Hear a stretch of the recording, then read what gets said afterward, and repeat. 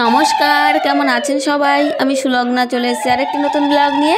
আশা করছি আপনাদের ভীষণ ভালো লাগবে। প্রথম থেকে শেষ পর্যন্ত দেখতে থাকুন ভিডিওটি।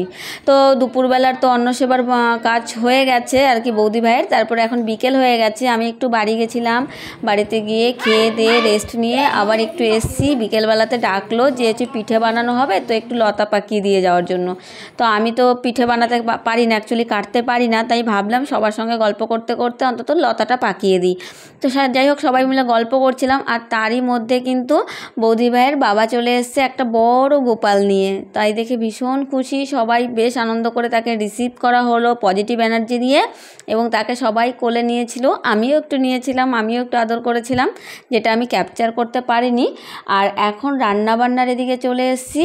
তো রান্নাবান্নার জন্য সবজি কাটা হচ্ছে। এখানে আছে মাছ, আজকের মেনুতে হবে মাছের ঝোল, রুই মাছের ঝোল, পাবদা মাছের ঝোল, আর হবে পাঁচমিশালি সবজি, ডাল, পাঁপড় ভাজা, মিষ্টি। তো রান্নাবান্না তো অনেক আগেই বসিয়েছে, তখন আমি ছিলাম না। তো রান্নাবান্না কিন্তু অনেকটা কমপ্লিট হয়েও গেছে। যেমন ডালটা হয়ে গেছে, মুসুর ডালটা, সবজিটা হয়ে গেছে, পাঁপড় ভাজা হয়ে গেছে।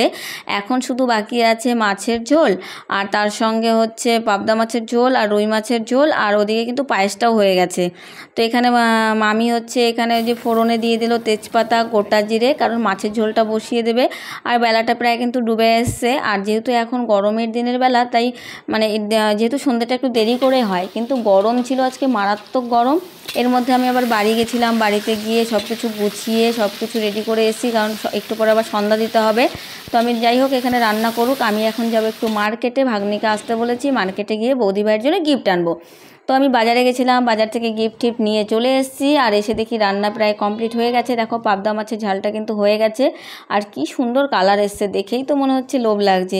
আর এদিকে কিন্তু পাবদা মাছটা তুলে নিচ্ছে মামি। আর যেহেতু পাবদা মাছগুলো নরম হয়, তাই একটু সাবধানেই তুলতে হয়, নাহলে ভেঙে যাবে। যেহেতু এটা অনুষ্ঠানের রান্নাবান্না, কারণ ভেঙে গেলে তখন কাউকে দিতেও কেমন লাগে, তাই না?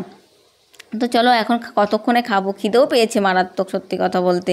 আর এদিকে কিন্তু রুই মাছটা ভাজা হচ্ছে। তো চলুন, আজকের মতো ভিডিওটা তাহলে এখানেই শেষ করছি। ভালো লেগে থাকলে লাইক কমেন্ট শেয়ার করবেন। দেখা হচ্ছে নেক্সট ব্লগে। ভালো থাকবেন, সুস্থ থাকবেন, সাবধান থাকবেন, ফলো করে দিয়ে পাশে থাকবেন।